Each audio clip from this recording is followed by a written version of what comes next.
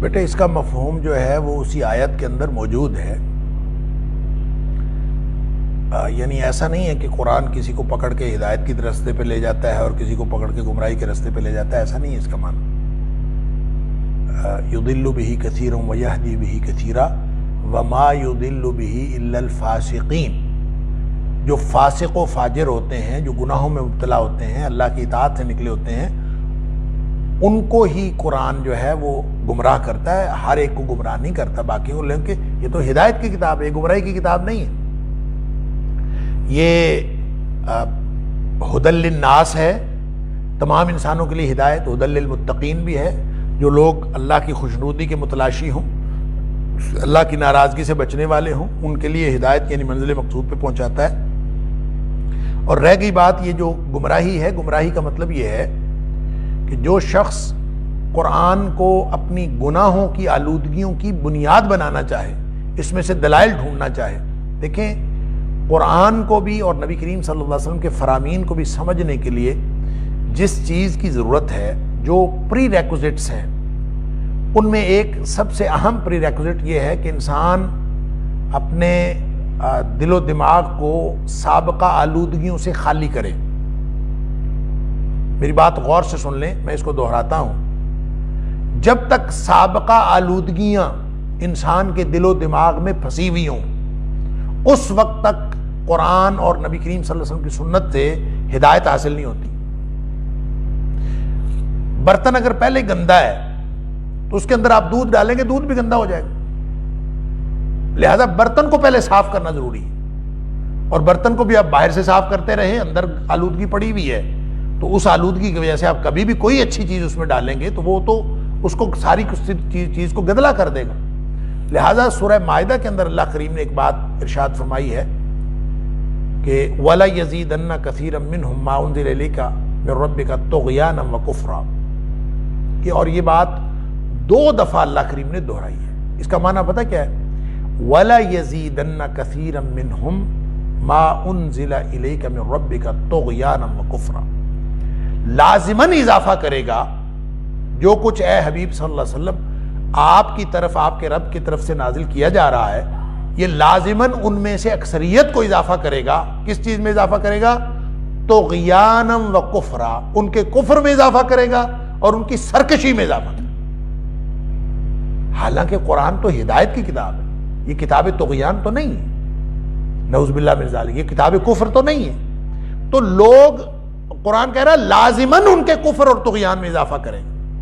اور یہ 2 دفعہ یہ آیت دہرائی ہے. کیا مطلب ہے؟ اس کا مطلب یہ ہے کہ جو شخص پہلے ہی کفر کو لے کے بیٹھے ہوئے ہیں، اپنے اندر آلودگیاں چھپا کے بیٹھے ہوئے ہیں، خالی ذہن ہو کے نہیں بیٹھے، تو جب وہ قرآن، جو بھی قرآن کی نئی آیت نازل ہوتی ہے، وہ ان کے طغیان اور کفر میں اضافے کا باعث بنتی ہے اور وہ آلودگیاں ان کی بڑھتی رہتی ہیں. لہٰذا جو شخص قرآن کو اپنی سابقہ آلودگیوں کے ساتھ پڑھے گا، اس کی گمراہی میں اضافہ ہوگا، اس کی سرکشی میں اضافہ ہوگا. اس کی یعنی ایک شخص بیمار ہے اور وہ پہلے ہی بیمار ہے، اس کو آپ قوت بخش غذا دیں گے نا تو وہ اس کو فائدہ نہیں دے گی، اس کا معدہ خراب ہے. آپ اس کو روٹی دیں گے تو آپ اس کو چاول دیں گے، اچھا کھانا غذا دیں گے، گھی والی کوئی مرغن غذا کھلا دیں، وہ مرغن غذا جو انسان کی جسم کو تقویت دیتی ہے. لیکن بیمار معدے کو وہ تقویت نہیں دیتی. بیمار معدے کو آپ تھوڑا سا دے دیں، وہ ڈاکٹر کہتا ہے کہ اس کو آپ نے لگتا ہے روٹی کھلا دی ہوگی، یہ بیماری اور بڑھ گئی.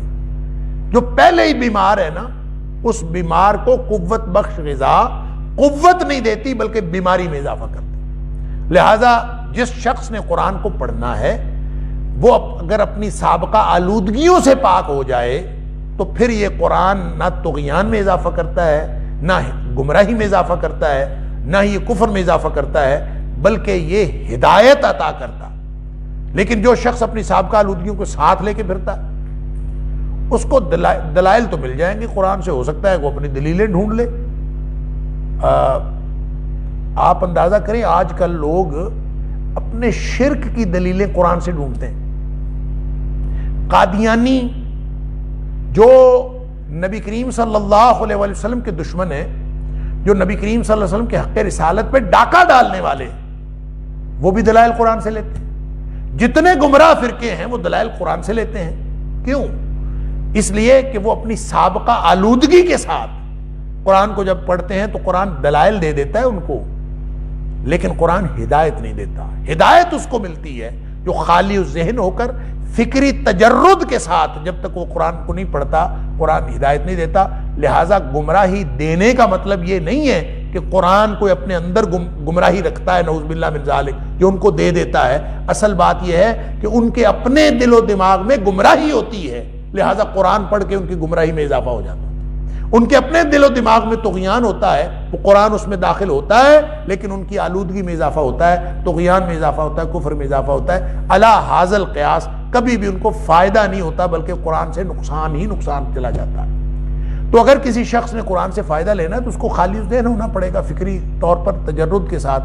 اگر میں اپنے کسی سابقہ خیالات کو ساتھ رکھ کے قرآن پڑھوں گا یا حدیث پڑھوں گا تو مجھے اپنی فکر کے لیے دلائل ملیں گے، اپنے مکتب فکر کے دلائل ملیں گے. لہذا سارے مکاتب فکر جو باہم دستوں گریباں ہوتے ہیں وہ سارے دلائل ادھر سے لے رہے ہوتے ہیں. جب تک خالی ذہن ہو کے نہیں پڑھیں گے ہدایت نہیں ملے گی. اللہ تعالیٰ مجھے اور آپ کو اپنی سابقہ آلودگیاں جو ہیں وہ دور کرنے کی توفیق عطا فرمائے، اور پھر ہم خالی ذہن ہو کر جب قرآن و سنت کو پڑھیں گے تو پھر انشاءاللہ اس سے وہ ہدایت ملے گی جو ہدایت دینے کے لیے قرآن نازل ہوا. واللہ اعلم بالصواب.